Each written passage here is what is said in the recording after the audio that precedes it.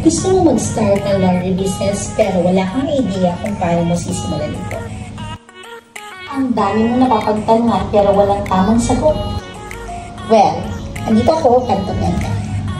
First thing to do is mag-message ka sa amin dahil kailangan mo ng dealer or installer na magbibigay sa'yo ng magandang machine.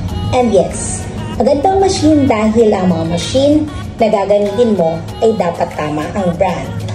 At alam mo ba, ang mga machine ito ay ang magiging moneymaker mo. Pero bago ang lahat, kailangan mo muna ng installer at tamang dealer na kagaya ng Tip JX.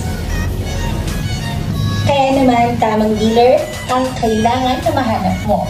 At dito sa Team JLX, ituturo namin lahat dahil ang ino-offer namin ay ready to operate na may kasamang seminar upon turnover kung paano gawin ang laundry business.